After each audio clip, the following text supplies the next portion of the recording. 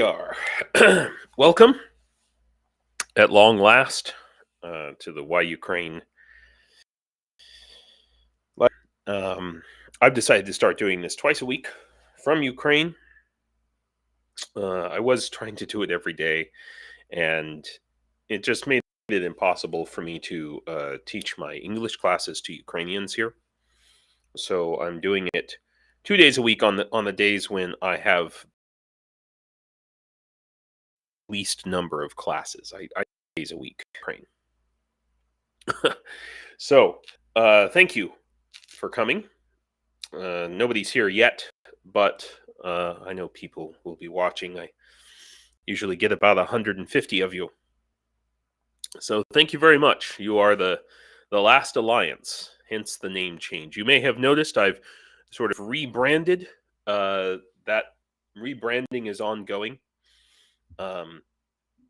Changed the logo, changed the symbology, and oh, Sally, thanks for coming in. You're the first one in the chat. Thank you so much. So I changed the logo because I want to reflect that this is not just about me, and I want to bring people on to help as much as possible with helping Ukraine. Hopefully this weekend we're going to have a discussion about. I'm going to have a discussion with a couple of people, 3 people, about getting the Discord set up properly for members. And there will be a few different ways to join that Discord and join that discussion. That's going to be an important thing because, yeah, it'll be a fun place to go and hang out, but we will also use it for making plans to do things that can't be discussed openly. Let's put it that way. And this is our way to talk about things and make plans to do things that we don't want the trolls and the orcs to know about. Mitch, thanks for coming. It's great to see you. I'm sorry I'm starting so late today, but there it is. It's tough waking up this early in the morning, and getting going. Realistically takes me an hour to wake up, even with 2 cups of coffee and hot tea. So I should just be realistic about that. I thought I'd start with some good news here. Yeah, thank you, Sally. Go ahead. We'll, you can always go back and listen. So good news, right? Russia to ban gasoline exports for 6 months. First of all, is it true? I know this is from a few days ago, right? But it was underreported, and I think this is one of the big significant things that's happened in the last week. That just didn't get enough reporting, and I want to, consider Il Pirata 1860. What a cool name. Thank you for coming. This headline enough contemplation, let's say. Why? The question is, why are they banning gasoline exports, right? Quote unquote, to meet rising domestic demand. Well, they're largest oil producers in the world. So shouldn't they be able to meet that demand without cutting their exports? Right? So this shows that, I believe, Ukraine's sabotaging and drone impacts Russian oil refineries, particularly. That's a huge weak point. It's also a weak point in the United States as well. Massive weak point in our infrastructure. Because we, in America, we don't have the right kind of oil refineries, by and large, to refine our own. It's why America, even though we are a net exporter, we do not have, quote unquote, energy independence when it comes to oil and gas. Yeah, so Ukraine's been blowing up the refineries, has been blowing up the infrastructure, and it's not about meeting rising domestic demand. It's about the fact that they can't produce enough oil, and they know that just like in America, the fastest way to lose an election in America is the price of gas. And it's very curious to me that very often right before a presidential election, I mean, some people say it has to do with natural gasoline use cycles in the fall and have you, but the fact that right like in October, let's say, very frequently the price of gas in America will go up or down by 20, 30, 40 cents right before an election, presidential election. Always makes me a little bit suspicious. So, so start with something good here. Yeah. But I want to talk about another good thing. So the OSCE, if you're not sure what that is, it was for a while a big deal here in Ukraine, the Organization for Security and Cooperation in Europe. Russia was a member of the OSCE, so it was part of the UN, and their job was to observe the war in Donetsk and Luhansk, to make sure that both Russia and Ukraine were complying with the Minsk agreements. Cheryl, thanks for coming. GG Melford, awesome, nice flag. So that's what the OSCE was doing. So they actually uncovered every single time Russia violated the Minsk agreements, and let's be clear. Let's not call them Russia-backed forces. Let's not call them separatists. Okay. Russian-occupied Donetsk and Luhansk since 2014 has continuously, the Russians there have continuously violated the agreements that the peace agreements that were laid out, both rounds of them. Constantly shelling across the border into Ukraine. That wasn't supposed to be happening. Anyway, so the OSCE was documenting that. They were also, however, heavily infiltrated by the Kremlin. And when the full-scale invasion started, the non-corrupted active participants in the OSCE got really angry and walked out. They had a big kerfuffle. Anyway, the point is, Russia finally left the OSCE a few months ago. I don't remember exactly when, but I'm gonna say like last January, which is a great thing. They basically pulled out. Basically, it essentially means, that's all right, Cheryl. We'll help you. We'll help you along. Play Discord newbie too, to be perfectly honest with you. So we'll journey through this together. So, the OSCE basically, the Russians left. Essentially, they pulled out all their spies. Is really what it comes down to. And so now, this is a good thing. So the OSCE basically ceased operations. However, so the OSCE can't operate anymore. It's too much. The war is too serious. We can't do any more observing. So now they've launched a special mechanism to investigate Russia's arbitrary detention of Ukrainian civilians. I'm glad to see some part of the OSCE is doing something. That's the point. Now it's going to take years and probably decades for Russia to be prosecuted for these war crimes. But at least somebody on the international scale. Catherine, thanks for coming. Thank you very much. I'm feeling a little, I don't know. I'm not completely awake this Saturday morning, remember, for those of you in America. Right. So let's talk about this. Okay, so these Polish protests against Ukrainian grain are really becoming, it's really being revealed pretty heavily that this is all sponsored by and organized by Russia. And it's part of a Russian, psyop, what have you. In fact, let's see, I should have had this article up, but Russian, let's see, Russian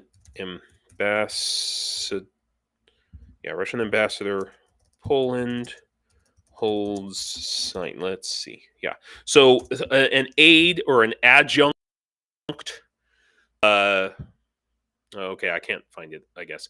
But there was news, essentially, that an aide or an adjunct to the Russian ambassador, so the Russian ambassador's assistant, has been seen regularly at these protests against Ukraine and against Ukrainian grain. He's basically like a monitor organizer of these things, probably handing out, cash to the farmers. I mean, hopefully the $130 billion that the EU unlocked for Poland since they rejected, right-wing, anti-democratic stuff. Hopefully that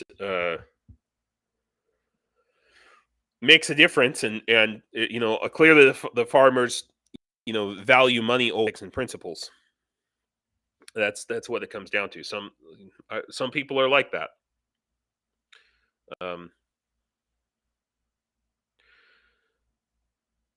Thank you, Parata.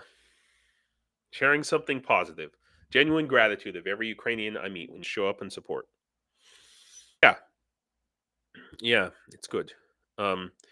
So, but the point I'm trying to make here about this article is, okay, it says EU to increase checks on Ukrainian grain transport as farmer protests persist. So the move aims to address the concerns of protesting farmers, not to investigate the possibility that the Russians are causing these protests in the first place. Okay, but to address the concerns of so basically to take these concerns at face value, even though there is certainly sufficient evidence to suggest that they should not be taken at face value. Okay, so this is what they're going to do. They're going to inspections on Ukrainian grain coming across the border. Okay, like, but there is a plus. Okay, so according to this article, this is in Euromaidan. So Poland, the Polish government under Donald Tusk, the new prime minister, is taking action. So here's the deal. So local authorities, so the local police, will no longer be able to approve protests. Now remember, it was also local police earlier this week who arrested Ukrainian journalists who were investigating Russian grain coming over the border from Belarus and other countries like Latvia. So that's the thing, right? That's the big reveal here, okay, is the fact that these Polish farmers, they have no problem with Russian grain coming into the market. And there's just as many problems with Russian grain with, they use pesticides and cheaper than ours. They have no problems with that. So that's the big giveaway here, that they don't care. They don't care about the things they say that they care about. Because if they did, they would be angry about Russian grain crossing to the EU and crossing and being sold in Poland as well, and they don't care. So under Polish Prime Minister Donald Tusk, the local authorities will no longer be able to approve protests. Blockade will not be possible anymore. And there will be a legal basis to remove them by force. The Polish farmers have responded. They will not end their protests. So, Russia wants to set up this conflict within, and it's not just Russia, of course.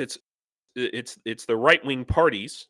By the way, in Poland, I think it's called PIS is the acronym. PIS. That's the name of the Polish right wing party. That is, it actually have a plurality. So there's one big right wing party and then like 3 left wing parties that just barely have a majority.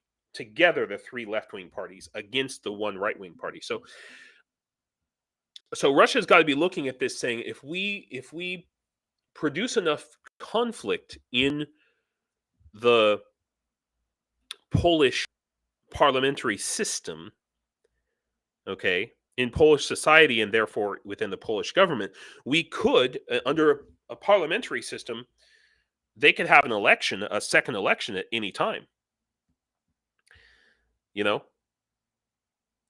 So, yeah, Ukrainska Pravda were the journalists who were detained. Exactly.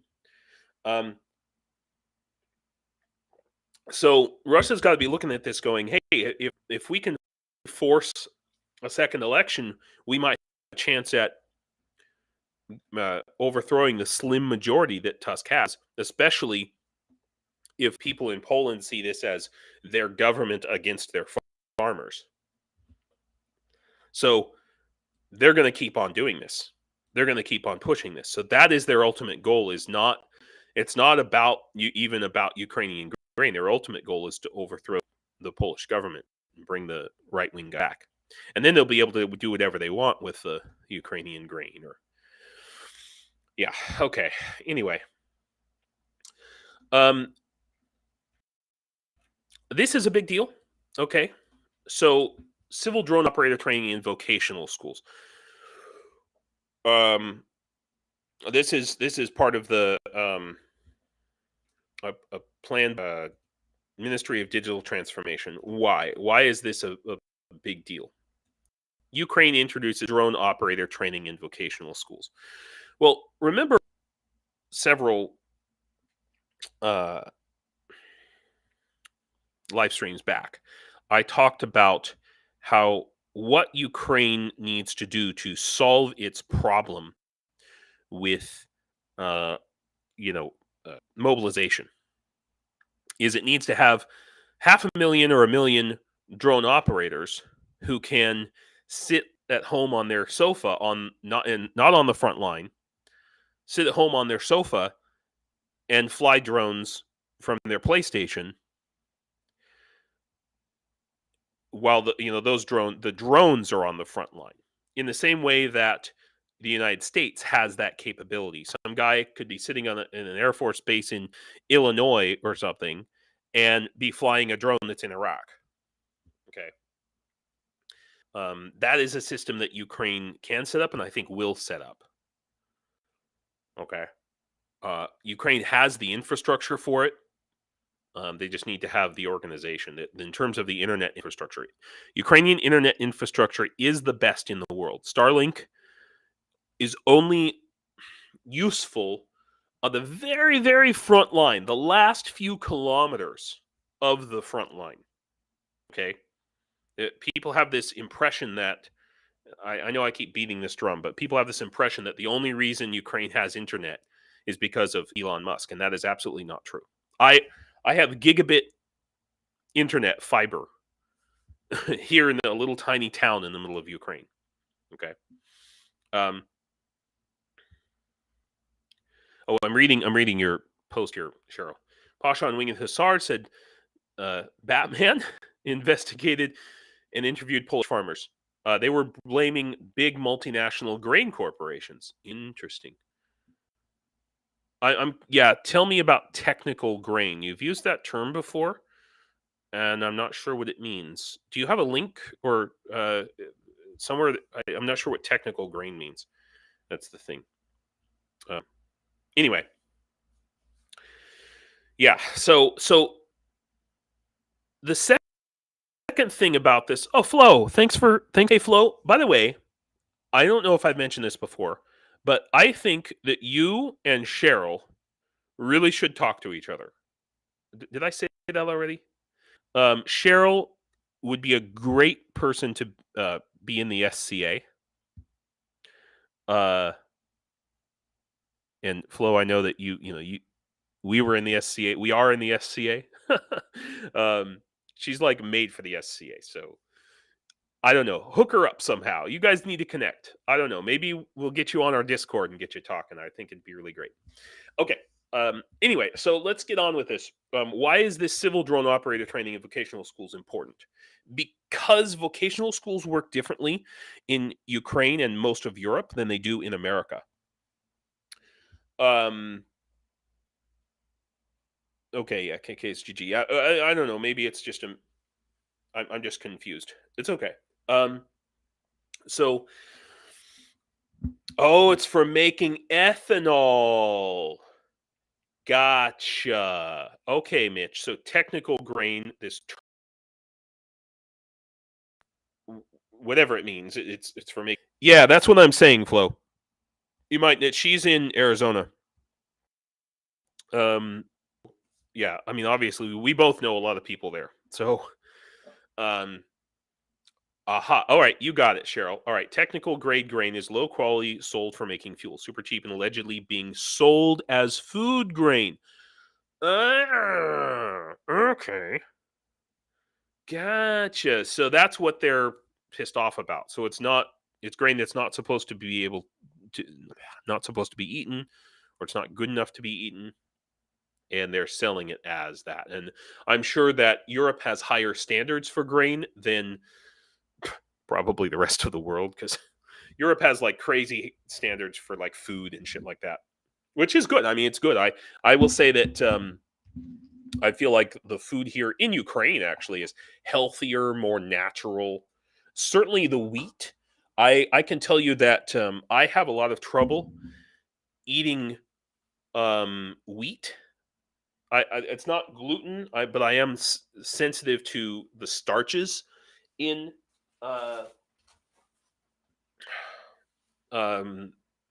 in wheat and lots of other grains, corn, potatoes, all of that stuff. Yeah, so flows in Tirskathir. By the way, Cheryl, the name in the SCA, the name of Tucson, we all have it's different names. It's the Barony of Tirskathir. Yeah, it's a it's a Norse word that means something. I can't remember what, but it has it has a very strange spelling, I would say, about it. Okay, I'm talking about like three different things at once here. I apologize, guys. I hope everybody can follow.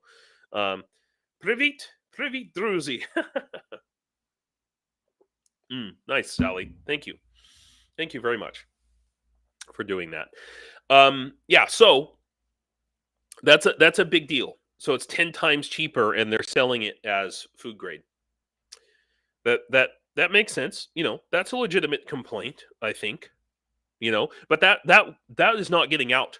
That information is not getting out, certainly, to the press. So I'm glad that you brought it up.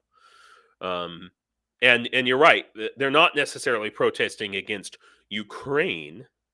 They're protesting against the big corporations, but somebody's making it about Ukraine. It's a very interesting thing. It's a very interesting difference. Thank you for bringing that up. Those of you who are new here who don't always watch, you should know one of the reasons I like to do live streams and not videos. No, you mean the SCA, Cheryl? No, the SCA is historical reconstruction and reenactment. But there are a lot of pro-Ukraine people in the SCA, and one of the things I would like to do that I am trying to do, it's kind of a long-term, well, middle-term project, is to get my hundreds of friends in the SCA on the side of being kind of activists for Ukraine within the historical community and the medievalist community, and supporting Ukraine and research on Ukrainian culture in that way. So back to these civil drone operator training vocational schools. Vocational schools in Ukraine, much of Europe, students finish high school at the end of 11th grade. At the end of 11th grade, not 12th grade. So when they are 17. Okay. And then from there, they go into a vocational school, which we would refer to as like community college. And they spend at least 2 years in community college. I'm sorry, forgive me. They take a test in their 11th grade. And if they score high enough, then they can go straight to university. And so they make a distinction here in Ukraine when you say I'm in college versus university. In Ukraine, they interpret that differently. College means a vocational school in Ukraine, whereas university means what we usually think of as like a 4-year college. So that it's not, you're not going to get like a general ed curriculum the way you would at a vocational school. You're not going to get a general ed curriculum the way you would at a 4-year college. Your first 2 years in college or university in America, you're usually expected to do general ed curriculum, which is basically like a humanities curriculum with some math and science thrown in. Here, you can finish high school, get some training as a welder.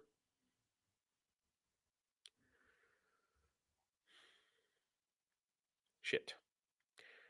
Did I just lose? No, I have internet. Okay. Wild. Shit. All right. Well, I just lost electricity, but okay, I see. Okay. So half of the house has electricity right now. So we just had a power surge is what happened. That's why I went dark. Hopefully oh, there we go. Now we're back on. I hope this is still going. Is my stream still going? Okay. All right. Yeah, apparently, I don't know, we're having some power surges here. It's been happening this past. Okay, we're still on. All right, fantastic. So, vocational schools. Now, I'm sorry, it's taken me 20 minutes to explain something that should have taken 30 seconds. They are basically training their army of drone operators in a civilian mode. So it'll be kind of like dual mode, right? Fedorov says here, learning how to operate a drone is vital nowadays in Ukraine. So these drones are used for sowing as in sowing crops, and they literally are. Okay, good. I'm glad. So yeah, before the war and even throughout this war, these grain growing, wheat growing, corn, sunflower growing companies have been using drones for aerial observation of crops, not just for sowing seeds, but for constant aerial observation. So that it's an important skill to have now in this new world. And like I've said before, Ukraine is going to be like the drone capital of the world by the time war ends. You know, so this is a really good thing. This is a really positive thing, and I think that once this, I suspect that the digital transformation ministry is probably, they wouldn't be doing this if they didn't have other plans working on getting that infrastructure set up to be able. It's got to be what they're doing here. That's what I'm inferring, is that the infrastructure that I've talked about with regards to Ukraine, you know, enabling drone control from anywhere in Ukraine to the front line. Okay, because like we're looking at Krasnohorivka here, right? So sure, maybe Krasnohorivka has bad internet, but go back here to some of these towns. These towns have gigabit to the desktop. You know, Tridents Get Tyrants. Thank you for coming in, and that's exactly what I want. I want to link up this about Discord stuff. Thank you for coming in. And I have someone in America, long time friend. He was on the last live stream. His name's Andy, and what I want to do is I'm going to set up a meeting with you and him and me and possibly one other person, and maybe we can get on Discord, all three of us together, or 3 or 4 of us together, and make this plan. And I actually sent my friend Andy a plan. Well, kind of a plan, just an outline of kind of where I want to go with it, what I want to do. And yes, so yeah, let me know when you have time according to your time zone this weekend, and it could be either Saturday or Sunday or both, and we can talk about it and get this rolling. Thank you very much for that. I really, because I need help with that for sure. It's just I don't have time to manage it all. Okay, so let's just not forget. Okay, let's not forget about this, and this is still going on. Okay.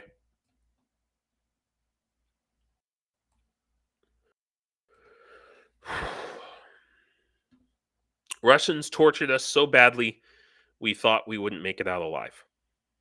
Yeah. Russians used nightsticks, kicks simultaneously. And what's blocked out of this picture by the text, what's probably sitting on that table is an electrocution mechanism. Probably. They're also doing that. So, I just want to. They're doing this to civilians, to POWs, weeks and weeks of endless torture. So let's just not forget what we're doing this for, who we're doing this for. So, and so they deemed stitches unnecessary, applied antiseptic solution to his wounds, placed him in a cold, solitary cell.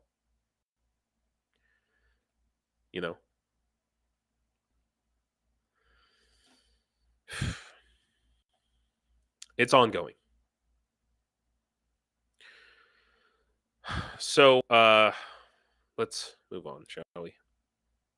I don't want to move on, but I do want to point out here that I've talked about the need to help veterans in Ukraine, and it's really good that. So this is a panel of veterans, and the way they're addressing this is to start discussions. Democratic discussions from actual veterans.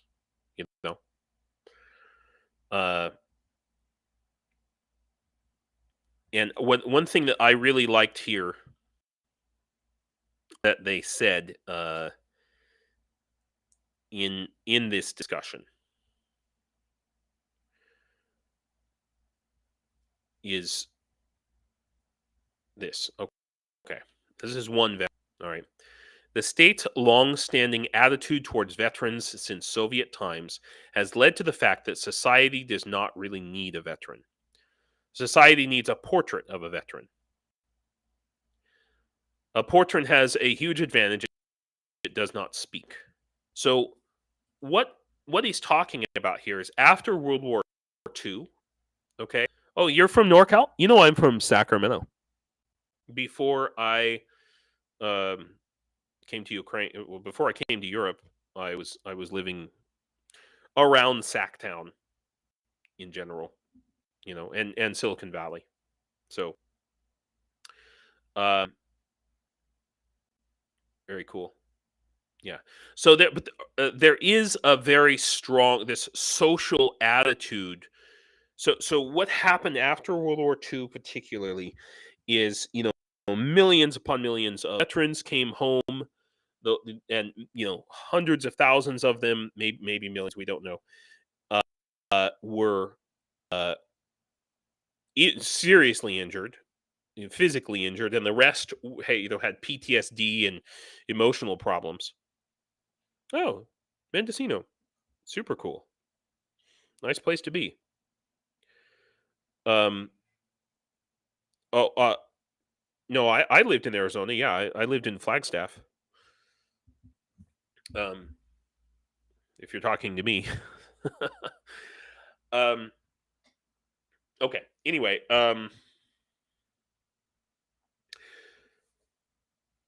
so all right, so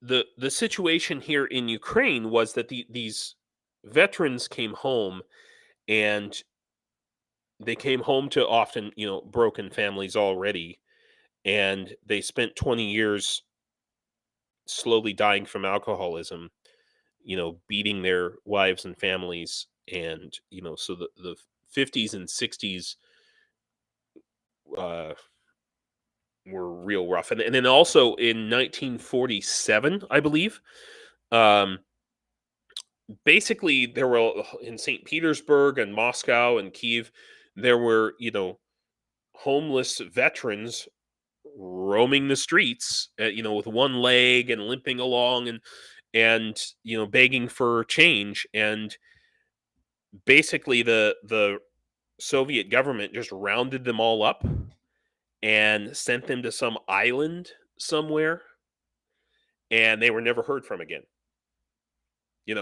So there's there's this veteran worship, but they're not worshiping a real person, they're worshiping an idea of a veteran.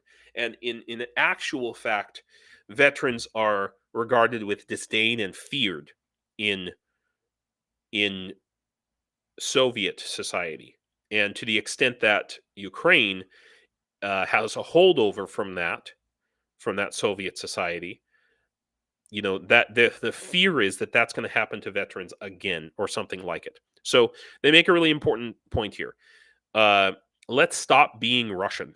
In Russia, veteran policy is benefits, right? So that's what he's saying there is we see so many instances. If you're someone who pays attention to and listens to the like insights from Ukraine and these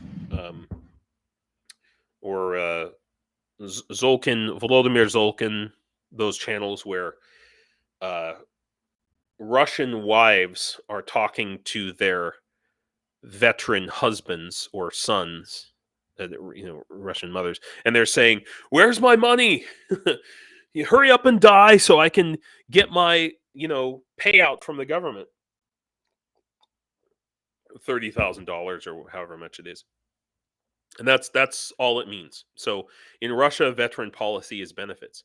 Let's stop doing that, because even in the law of Ukraine on the status of a veteran, it is clearly written, it is called to establish a respectful attitude towards veterans. So if you think about the way Vietnam veterans were arguably treated, or at least regarded in the United States after they came back, Vietnam, they're trying to avoid that kind of a situation, which is good. at least they're talking about it, having a round table. It's good. It's what a democracy should be, essentially. Yeah. So I'm thinking about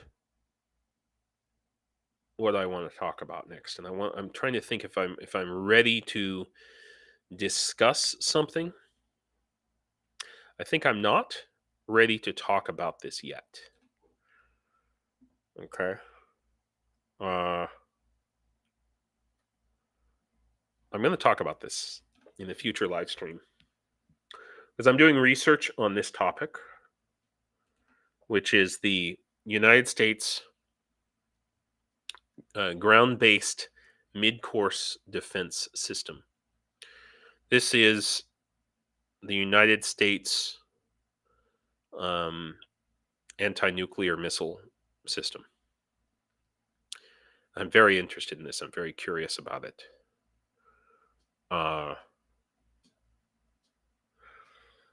just started learning about it, and I don't know if you all know. Aussie Bugga. I grew up just north of the Great Ocean Road.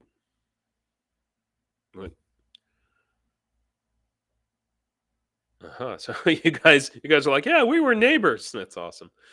Okay.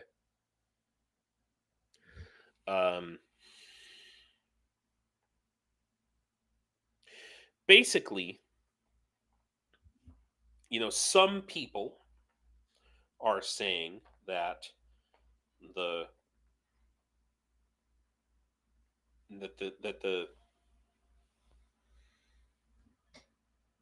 U.S. doesn't have anything to fear from Russian nuclear missiles. That's what some people are saying. And it's because of this and Jake Broe. Well, yeah, he was part of I think he sat in the silos. Actually, I can't remember what he said he did, but I think he was the guy, basically the guy with his finger on the button, essentially. Jake Broe was. But this is talking about anti-nuclear missiles, so missile defense systems. Okay, so it's new. It's just been since 2010 that these have been implemented. They are stationary missiles. So here we can see this is what they look like. It's an in-ground silo. Okay, so this is a big freaking construction. It's basically using one ICBM to kill another ICBM, but it has a bunch of electronics on it. It has a bunch of electronics on it inside the missile that allow the missile to be steered and adjust course as it's going. We're not talking about nukes. We're talking about defense against nukes. The reason is because we need to. Because we're talking about it because Putin's talking about it. And some people are saying we don't have anything to fear from Russia. That's what some people are saying.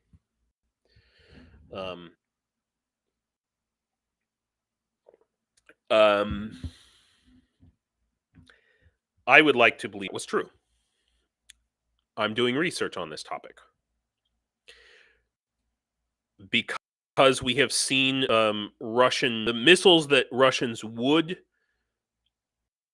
be using, the Kinzhal missiles, for example, the supposedly hyper missiles. We see them being taken by Patriot systems, for example.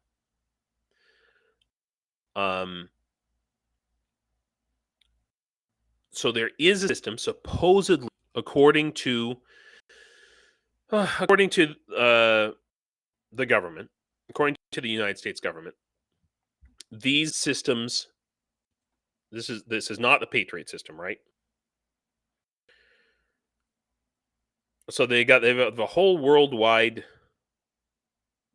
system for this, and apparently one missile has a kill rate, an intercept rate of God. Where is the statistic for this?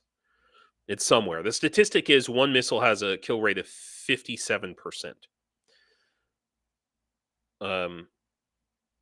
Four of these missiles, and I believe that each of these systems is set up in a set of four missile silos that are launched simultaneously. Has a 97% kill rate, and damn it, I can't find the statistics. Flight tests, program costs. Oh, it's intercept tests. Come on. Estimated effectiveness. Here we go.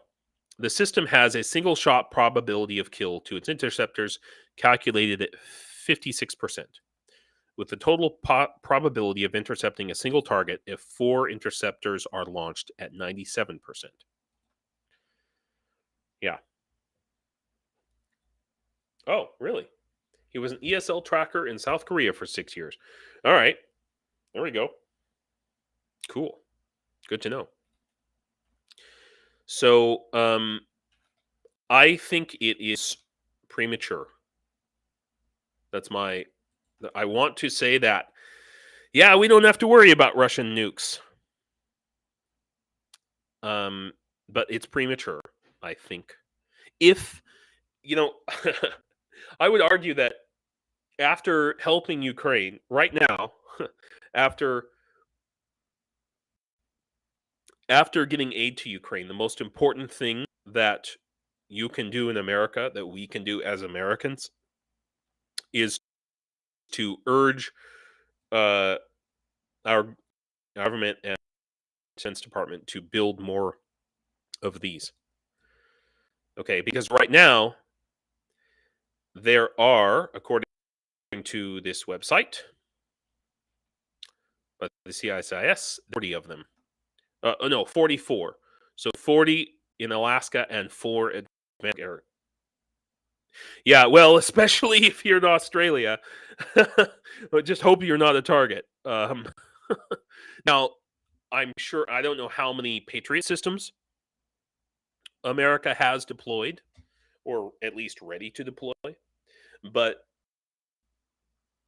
the United States needs to be manufacturing the shit out of these. The United States, as far as I know, is the only country manufacturing or able to manufacture these systems. I know Germany is it, has the Iris T, and there are others, but for our own defense, and with dickless fuckface, what's his name, Putler, swinging his freaking sword around, we need to be building the shit out of these. Like forget about all the other stuff that our army is doing. Okay, there are two things that our army, our military industrial complex. Okay, we're spending what's our budget in America for the Defense Department? 800 billion, something like that per year, right? We need 400 billion going to Ukraine. Okay, maybe 300 billion going to Ukraine, and 400 billion going to this. Okay, and 100 billion to cover every other little thing. Okay, that's what we need to be spending money on here. Okay, to really take it seriously. And I feel like our leadership is not taken seriously. It, and then this douchebag,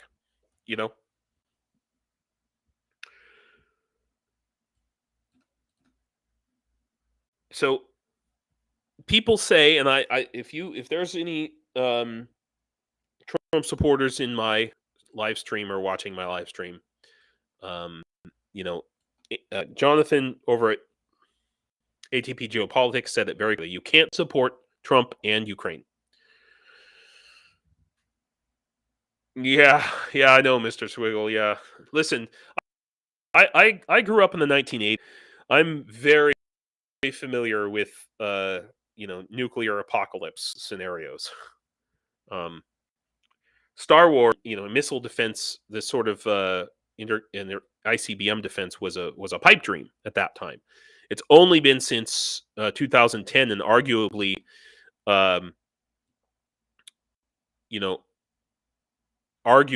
since 2018, 2017, something like that, that this has really come online and even been a possibility for ground-based mid-course defense. So like get on it, man. Just come on. Let's get more of these. Really. And we need, but here's the problem, right? Right. So now I know this is from a few days ago. I know there's a lot of news about the Orange One coming out. But this says everything. And it, he doesn't want to come out and say exactly that he is against Ukraine aid, that he's anti-helping Ukraine. So he hasn't said in any of his speeches that I know of where he said, we're going to abandon Ukraine. He hasn't said that. He said, I can end the war in 24 hours. But by his actions and by the actions of his associates, you can see how he plans to end the war. Okay, which is to stop helping Ukraine, cut all aid. That's what he's doing with Mike Johnson. Okay. Where is the part about the... Yeah. Here we go. So here, right now we've got this discharge petition. Okay. So it takes 30 days for so Mike Johnson, MAGA Mike, is not going to Ukraine aid. He's going to lie. Yeah, Don Jr. said, Don Jr. said he's against Ukraine aid. So he's because even the Republican Party is the Republican Party, or at least a plurality of the Republican Party supports Ukraine. Okay, so he knows he can't come out and say it himself directly, but he can use all of his proxies to send the message to the right people. It's the dog whistle again, his QAnon MAGA crazy heads are listening, so this discharge petition takes 30 days. They're preparing it. They haven't submitted it yet. They're on how to prepare it, whether or not it needs to include shit about the border, which is a poison pill. So the Democratic leader shoots down discharge petition on Ukraine border bill. So we are not 30 days away from sending Ukraine aid. We might be 30 days away from getting a discharge petition, and then 30 days after that to have a vote.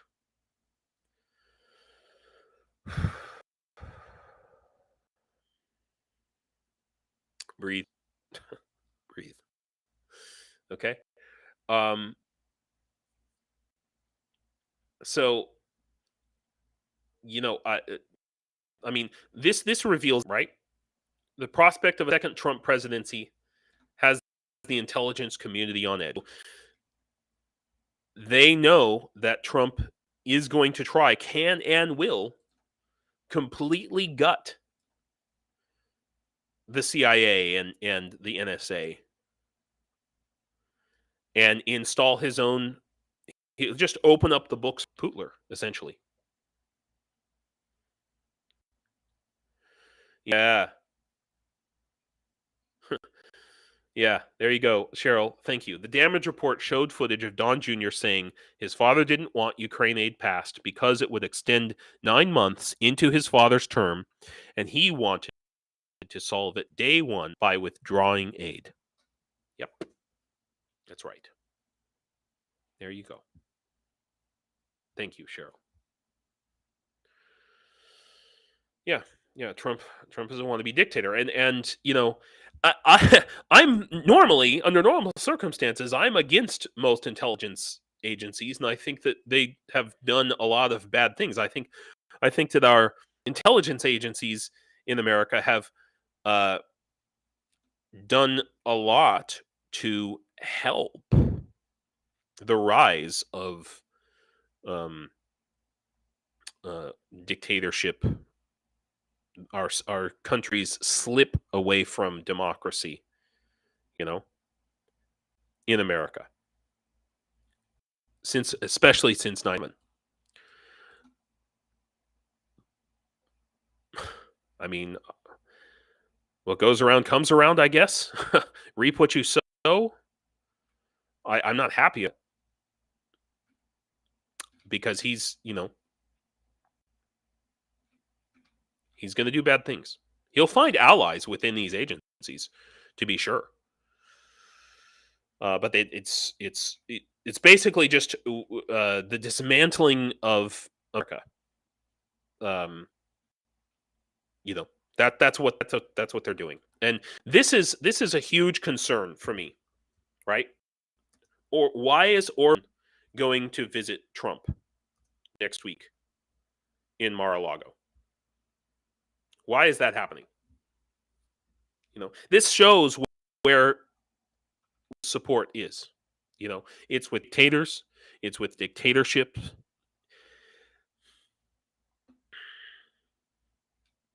He says there is a great man, a great leader in Europe, Viktor Orban. What the fuck? It's like one of the poorest countries in the EU, and he's totally anti-democratic. Here's what I think. I think that Trump needs money right now, because of all the court cases against him, and he has to pay $464 billion, and then 83 million. No, $464 million. I'm sorry. I wish it were $464 billion. It'd be great.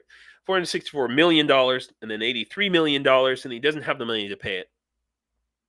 And so, I think Orban is going to be. This is my theory, totally my theory, and it is literally a conspiracy. Okay, but I think it's potentially real. But we won't know till possibly years afterwards. Orban is a proxy for Pyotr, for Vladimir Putin. Trump needs money. He needs people to give him loans. He can't visibly take loans from Putin, but he could take a loan from Viktor Orban. And we also know that Trump is shopping around the Middle East for loans. A lot. Yeah, exactly, Cheryl. Why was CPAC held in Hungary 2 years in a row with Orban as a keynote speaker? Yeah. Okay, so this is a problem. It's a problem. I think that this is where the deal will be forged. I think that Trump will be completely beholden to Putin after this meeting. And if you guys know what the emoluments clause is, basically it's a statement in our Constitution that our president cannot be financially beholden to foreign powers. There was a case against Trump already for that at the beginning of his presidency, and it was rejected. But I think you know, there'll be good cause for another case for that. I think he will, yeah. Democraticus Coalicio, the Hungarian opposition to Orban. That's very good. Thank you, Secular Sakai. So I mean, George Soros is Hungarian, So I know that there's a very strong opposition. They're just not in because Orban, it's an oligarchy. Yeah. I this is an opinion article, but it's so interesting that both Turkey and Hungary are, trying to keep one foot on each side of the line, trying to cozy up to Putler, and trying to, while staying in NATO.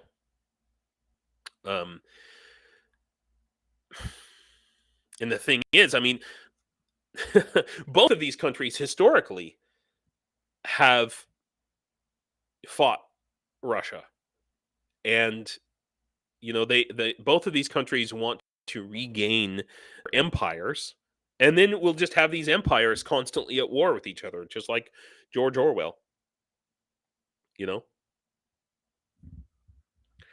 Um, yeah. By the way, Cheryl, have you gotten your George Soros paycheck yet? That's the joke, right? Everybody who's pro democracy is being paid by George Soros. That's that's what right wing people like to say. That's what the trolls say all the time. Like, George Soros is rich, but he doesn't have that kind of money. He's not like Vladimir Putin. Okay,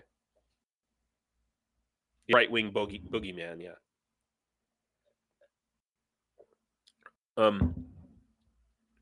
Anyway, it's.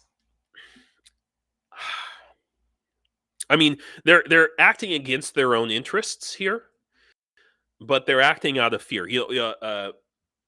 Orban recently said that, I know I forget the exact quote, but he doesn't want Russia on his border. He wants a buffer state between himself and Russia. Yeah, if we were getting paid, we could invest in helping Ukraine win. Yeah, I'll put my George Soros check directly to Ukraine. Yeah. Anyway, I just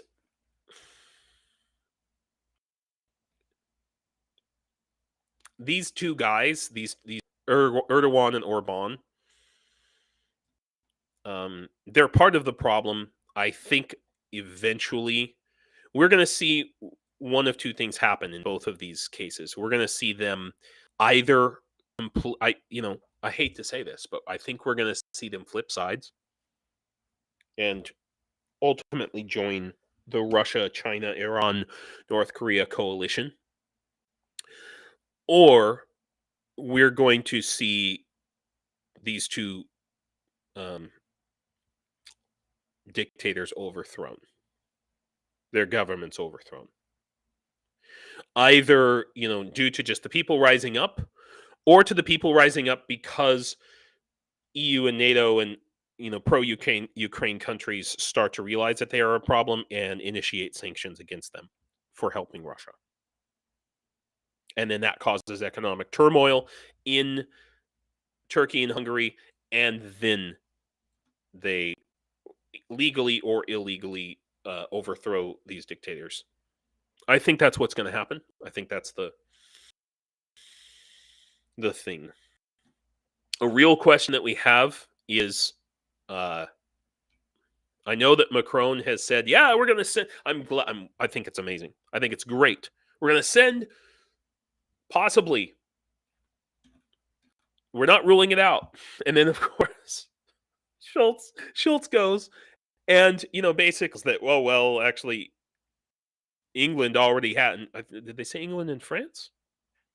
England already has troops programming the long-range missiles in Ukraine. So, they are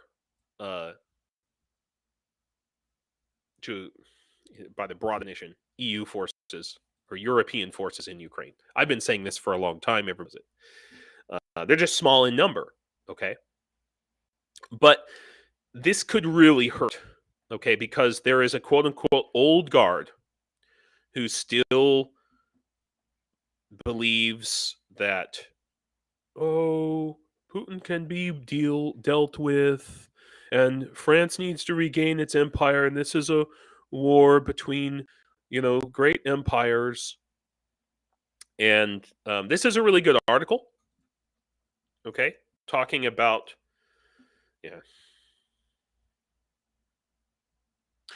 Aussie Bugga, apparently it was 4 airplanes. 4 Gripens. So Aussie Bugga says, I do wonder what was held over Orban's head to get him not to veto Sweden in NATO. Yeah, Secular Sakai, you're right. Unfortunately, many of the people are pretty brainwashed in both countries. Hungary has more hope for change than Turkey. I was in Turkey and I met a lot of people there who were like, yeah, we don't agree with our government. We stand for freedom. I mean, I spent 2 weeks in Turkey. It's not a lot of time, but and that was in 2021. So Black Sea access will be a big problem if Turkey does flip.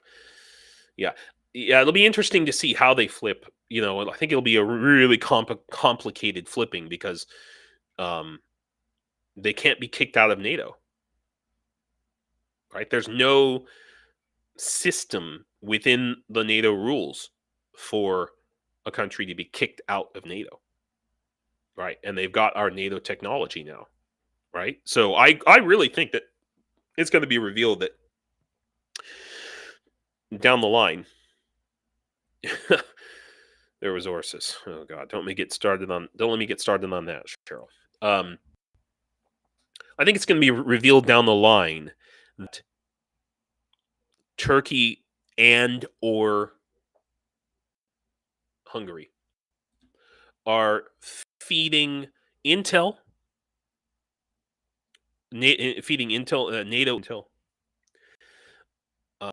to Russia. I think that it's just going to come out. I just think that's going to happen, and then a decision will have to be made. Somebody's going to, either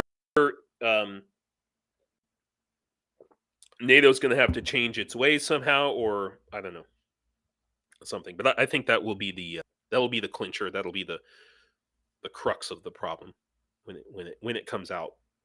I think that'll be the turning point, essentially. Right, they were denied F-35. Anyway, so yeah, do I believe that it only took 4 Gripens, like 4 airplanes, for Orban to allow Sweden into NATO? No, I think it. I think there was other things. There were other things going on, probably under the table, but it'll be a long time before we know that.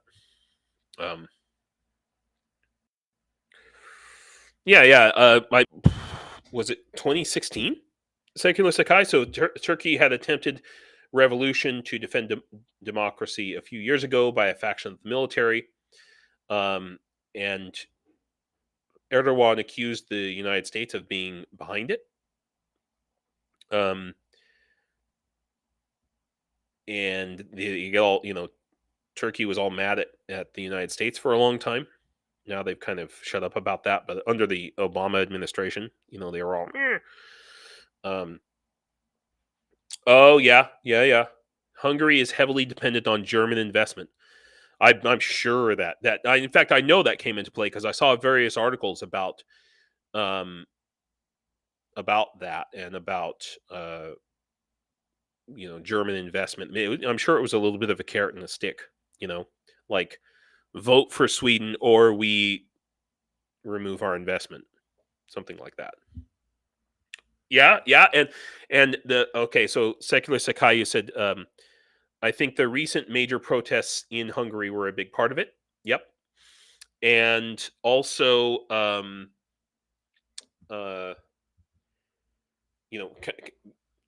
what precipitated that, his problems with his president and her stepping down and all of that. Hey, Tony. By the way, Tony, is it okay? I know I saw you announced on Facebook the unit that you've joined.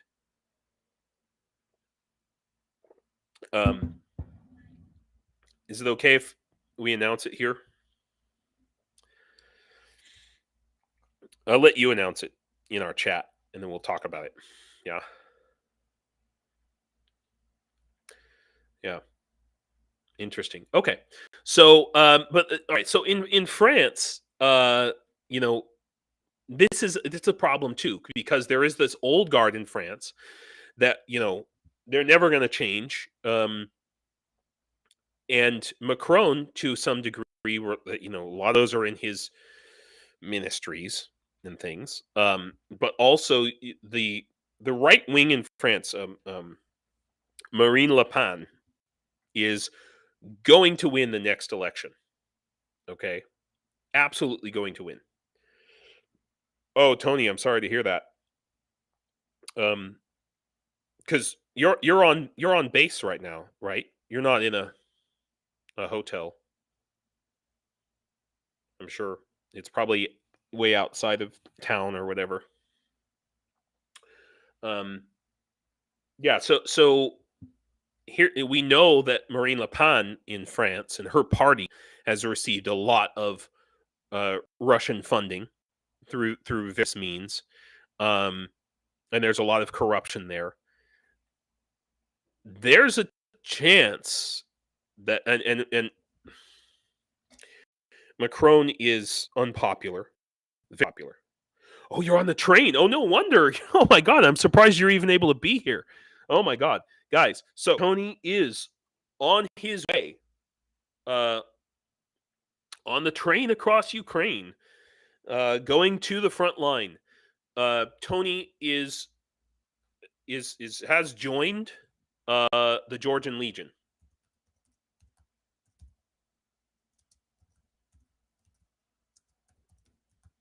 Georgian Legion of Ukraine. Right? That is an old emblem. But that's what he's in. I know Tony tried to explain that he's not from Georgia. He's actually from he's from the South, but he's not from Georgia, right? He tried to explain that to him, but I guess they didn't listen. I guess they put all Southerners in the Georgian Legion. Is that it?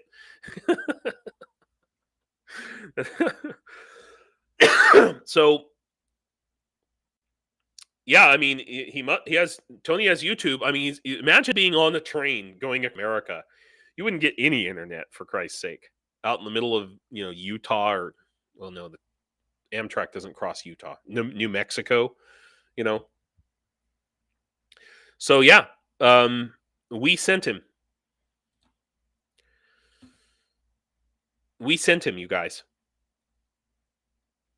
Okay, and he's going to directly to the front lines, man.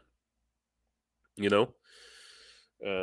had a couple of days waiting around in the west of Ukraine until they could kind of gather up a unit to send guys out there.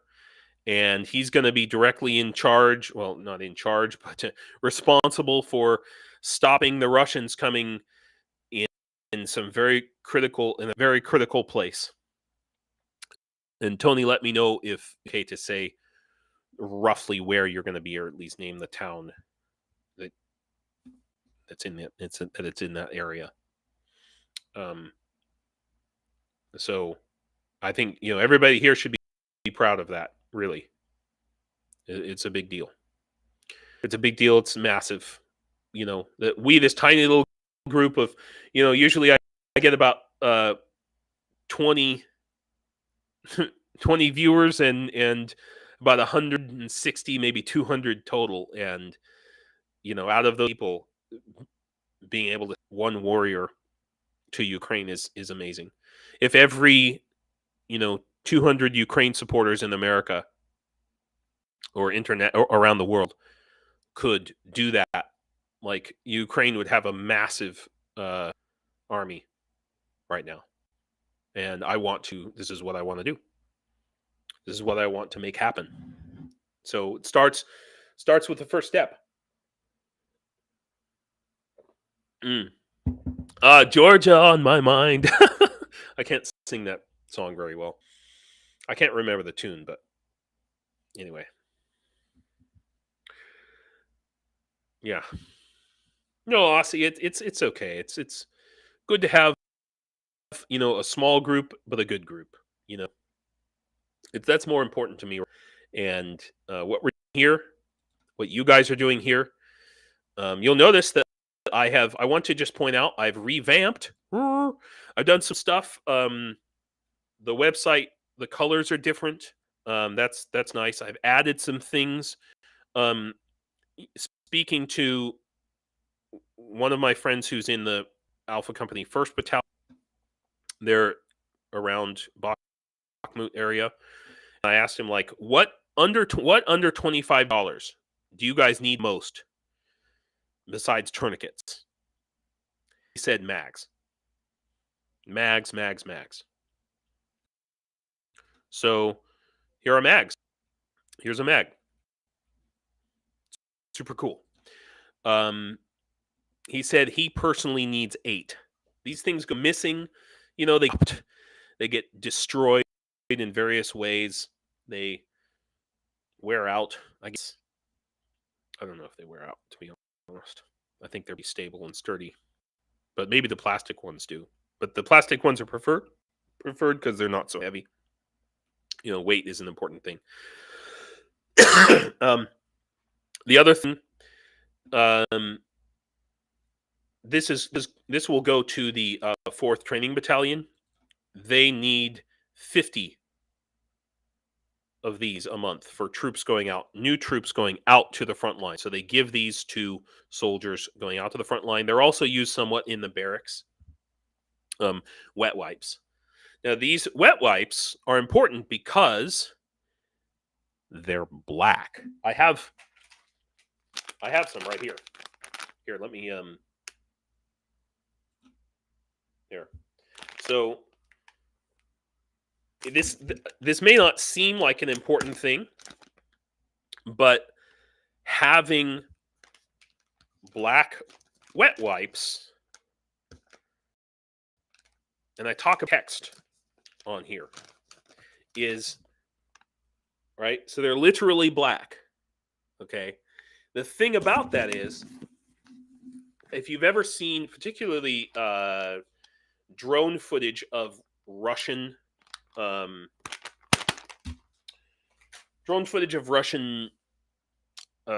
trenches and encampments, one of the ways that the Russians are almost always located by drones is because they've got trash everywhere. They've got pieces of paper floating around, all this stuff, little bits and pieces of things like this.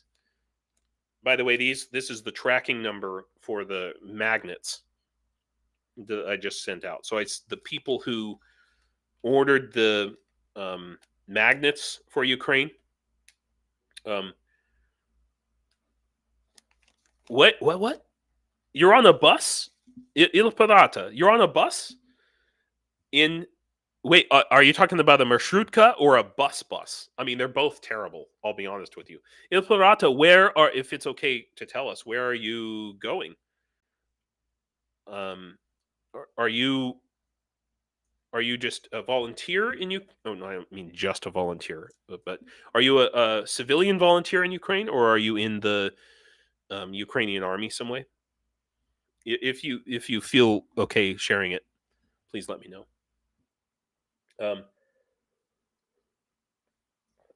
Anyway, so when you've got black wet wipes, I mean, yes, Ukrainians keep a cleaner camp than the Russians do. But, wind blows around, trash bags break open, animals dig stuff up, that sort of thing. And Okay. Anyway, I've preached enough about that. The other thing is the thing I really want to show you. Check this out. Look what I did. I added it. Oh man, guys, please understand. I am learning to use Shopify and YouTube as I go along. Jake Broe and all these other, Jonathan MS Pierce and all these other amazing people on YouTube and things, they already had YouTube channels and they knew how to do all this stuff before. I didn't. So I'm learning as I go along. And so you guys are watching me step by tiny step. Anyway, the point here is I figured out how to do this, how to show how much has been donated towards a specific thing. And I posted this to the yes, that's correct, Catherine. Black wet wipes. The wet wipes are black. Yeah, and I specifically am buying those. Yeah. So we can see, and as soon as I announced this, somebody went in and I would like to thank that person who donated. God, how much? $200, I think it was. This at this here, I think I'm going to be able to buy this. I just saw this yesterday, so I'm going to try and buy some plates. And I think if we can get just a little bit more, so I know that I set the price at $600 USD because that is the general going price. Black wet wipes, yes. Black wet wipes, guys. Yes. I'm not being racist here. They're literally black. Okay. Oh my God, I wanted to show. There, I'm showing my screen. Here, I was doing my big ta-da, and I forgot that. Okay, here we go. Let's try it again.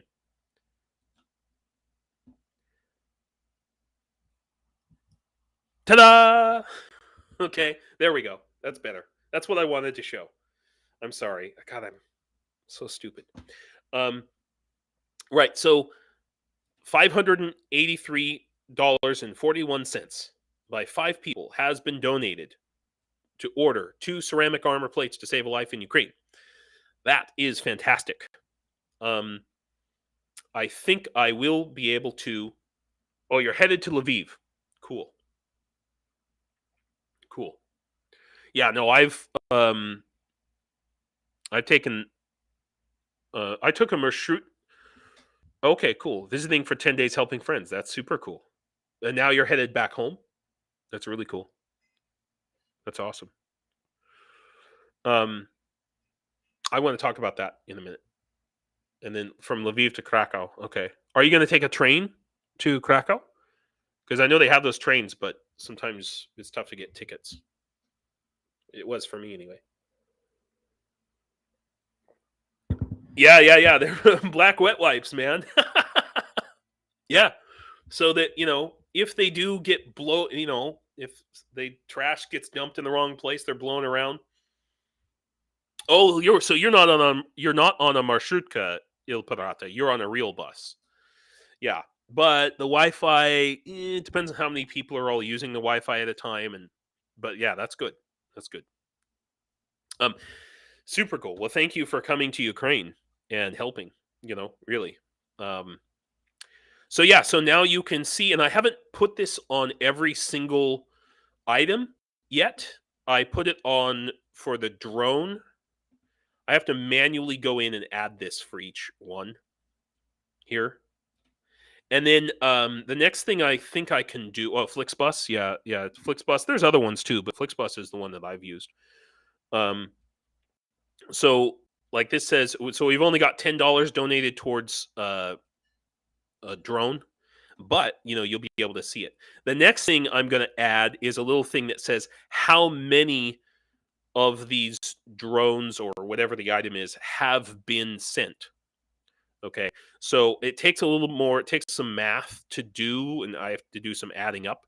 But like on this one, I got it for tourniquets too. So $843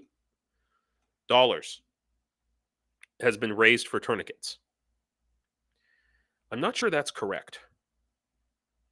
I think the math might be off on that. I need to go in and check to make sure, because I better check on that. Oh well. Anyway, I might need to do some correction. Okay. So, but it's progress. I'm happy about it, and hopefully, some people made some recommendations saying that the text wasn't legible because it was too dark of a blue, so I changed that. If you find any errors or you have any questions, and the other big thing is that I just found out, using the tracking numbers here, that the magnets that were sent successfully left Ukraine. And that also includes the coins. So these are like little Ukrainian coins, like coins. I wasn't sure I was going to be able to get them sent out of Ukraine, and they went. So it was a big hassle. I even put up a short video about it. A big hassle at the. I went to like 3 different freaking post offices, Ukroposhta and Nova Poshta, on and on and on. But now at least I know it works. I've got a system down. So if you would like to help me directly, and the ZSAU, 50% of what you purchased of these things down here, and I'm going to add other things, maybe like T-shirts. I have things like this little postcard. Okay, hang on. I'm trying to do 2 things at once. Things like this, cool, like it's from Ukraine, stuff like that. But I especially want to make sure, if at all possible, I want to make sure that it's made in Ukraine. So I'm trying to find items that are actually made here. That's a really important. Thank you, Sally. Thanks. Oh, good night, Flo. Thanks for coming.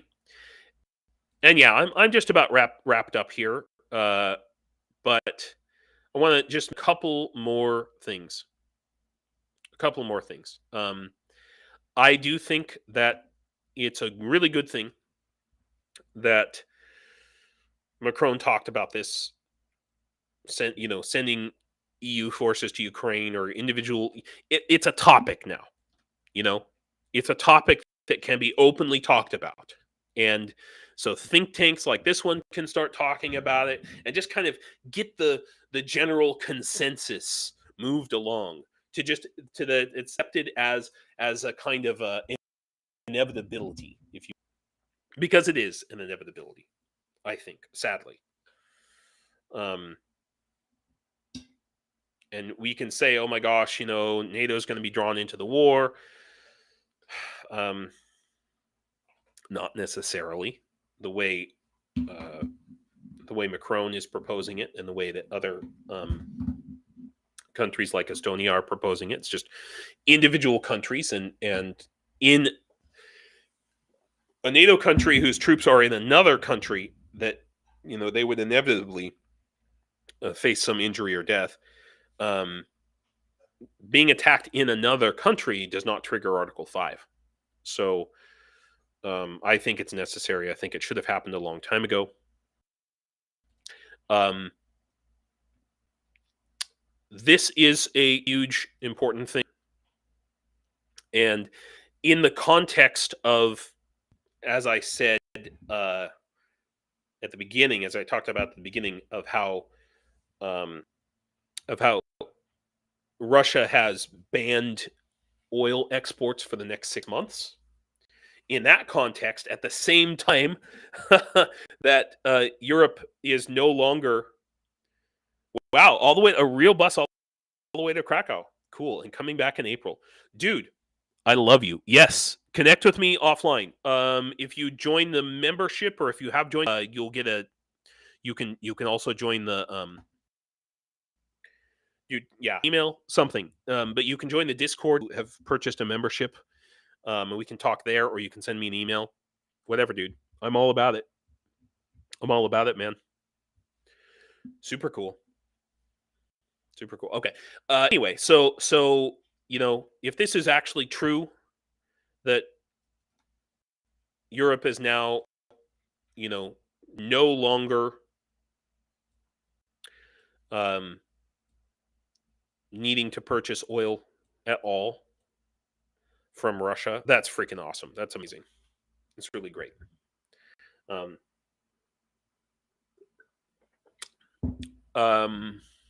Okay.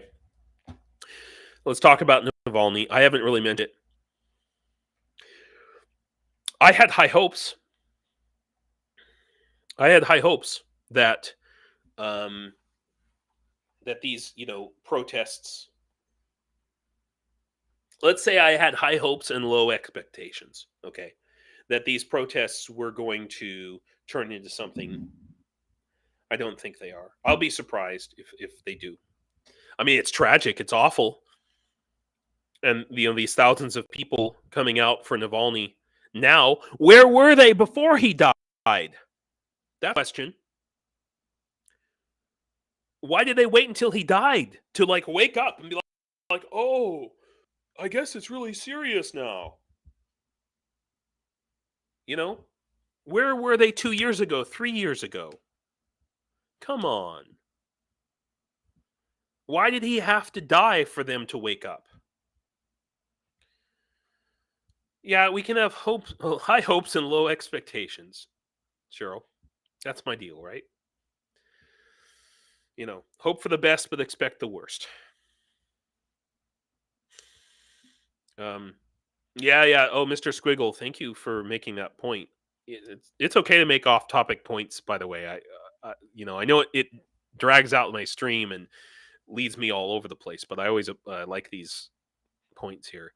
A lot of these defense industries are in MAGA seats. So in other words, the MAGA Republican representatives who are against Ukraine are voting outside the interest of their voters by voting against Ukraine support from America, because most of that money actually goes to defense contractors who are providing jobs within their own states. So they're doubly stupid with a capital stew, basically. Yeah. So I mean, will something come of it? I would like to hope. I would really like to hope.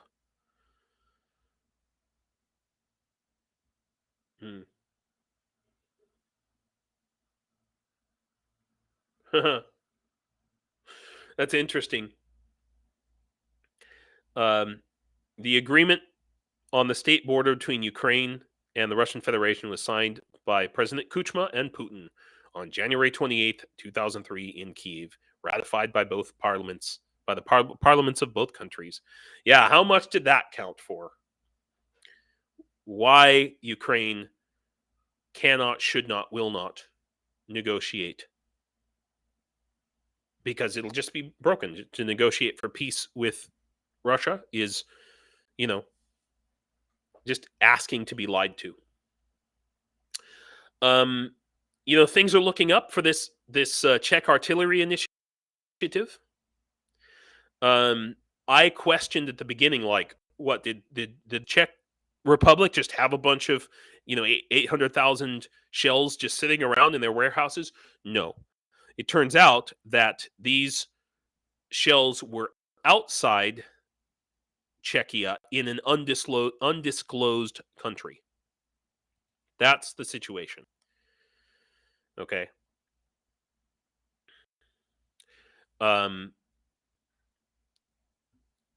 So who knows where they're coming from? Probably India.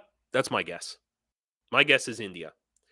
So, but they have to gather up. I think they can't just buy it piecemeal. It would be nice if they've got 250 million here and 30 million there.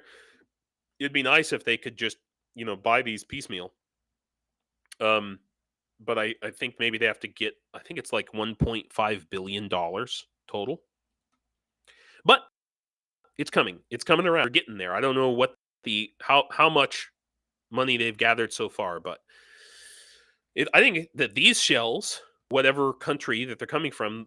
Let's just say they're coming, the Czech initiative, 800,000 shells. I think that's going to come long before any more shells come from America under EDA or whatever. Sad to say. Okay, so last thing I just want to talk about is a proposal to you guys, those of you who are still here, and I apologize if I'm going too long and some people have gone to bed already, but some people in my different groups and even on my live stream, email address for me is down here at the bottom of my Ukraine Shopify page. And if you go to contact information, I think it's here. And yes, it shows my email address right there. And that'll get to me. And this is my physical address according to the United States government. So for like tax purposes. Yeah. Thank you, Mitch. Very good point. Macron is not trying to purchases outside of, because he wanted all the purchases for weapons. He wanted it to support only the EU's military-industrial complex. And then people realized, oh wait, we can't even make that many shells, and it's a stupid idea anyway because this war is going to go on for a long time. So, yeah, and if we don't buy the shells now, Ukraine's screwed. Anyway, a lot of people have over the past 2 years have talked shit about war tourists, and including myself, and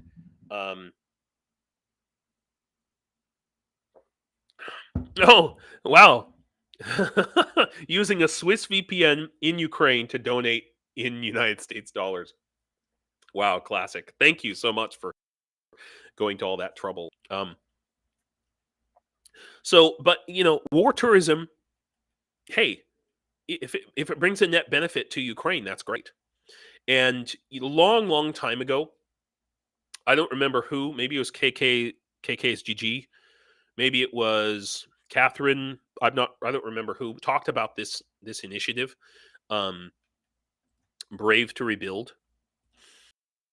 And I'm just wondering, like, what would you guys think about starting like a group travel thing to Ukraine to come here from America or wherever you are, Australia or the EU, and work for this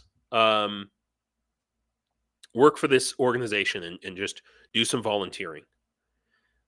Because I've had some people message me privately or on a lot of people and say, hey, I want to come, but I can only come for 2 or 3 weeks, and I want to help, but I don't have that much time. And up until now, I've been like, yeah, 2 or 3 weeks is not, is not right. In other words, it takes so much time just to bring someone here and then get them trained up, get them hooked up with the right people and everything. If you're only coming for 2 or 3 weeks, you basically would spend like 1 day of training, or 3 days maybe total, and have like 3 people working to make that happen. So it's inefficient, is the point, right? And I just think we need to, Cheryl, war tourist is a typical troll taunt, and I think that we need to get rid of that. And one of my clients, where I teach,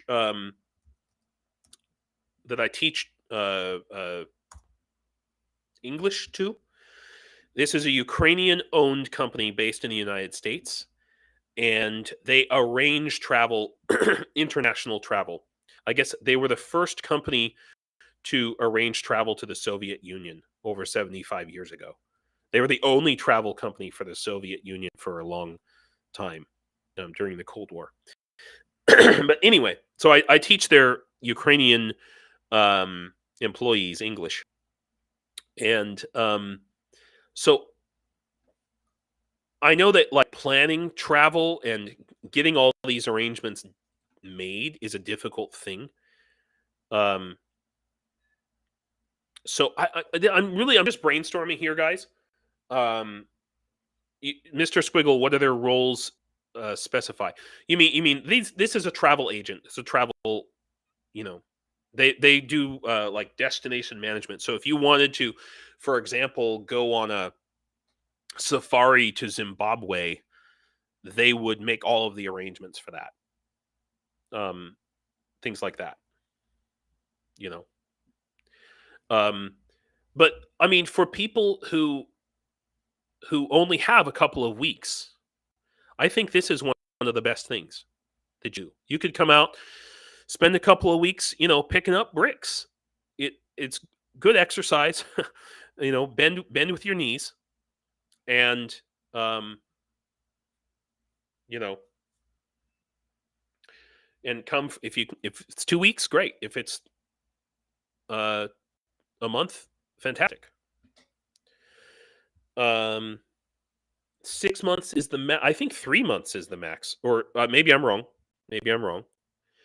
But yeah, I'd like to, if you're on the Discord server, this is something I'd like to talk about long term or middle term, maybe in the next few weeks. I need a double knee replacement. I've talked about the problems with my back that's going on right now. I totally understand. I tore my ACL in 2019 when I first came to Europe. I tore my ACL, and my other knee is fucked up as well from a previous injury. So I probably need maybe not a replacement, but yeah, actually, that's the website that I'm looking at right here, volunteeringukraine.com. And I just wonder if we could organize something collectively, working with volunteeringukraine.com and Brave to Rebuild, and maybe these guys, to make it as easy as possible. Yeah. Okay. Brave to Rebuild. Okay, I will do that. Thank you, Sally. Yeah, because it's a great opportunity. I think it's something I've been wanting to organize since even before I started doing live streams, way back.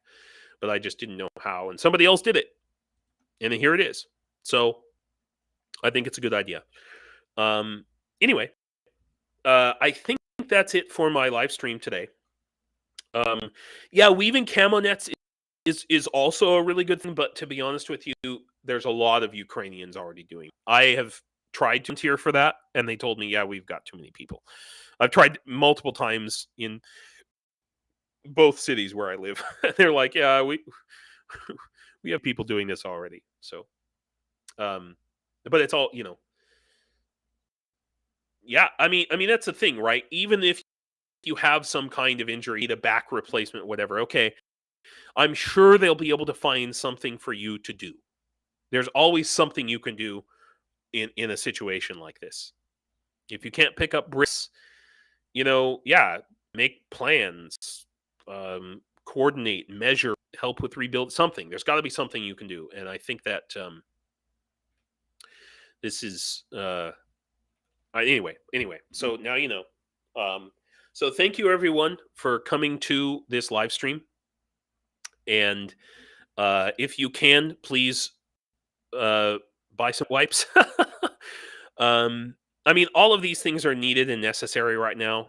On the front lines, the big things right now are tourniquets, drones, and according to my friend in the Legion, who's the guy who I send tourniquets to in the Alpha Company, they need mags. They need mags like crazy. So I tried to make things that add things that were, affordable, where you can actually like buy something and see it sent, almost immediately.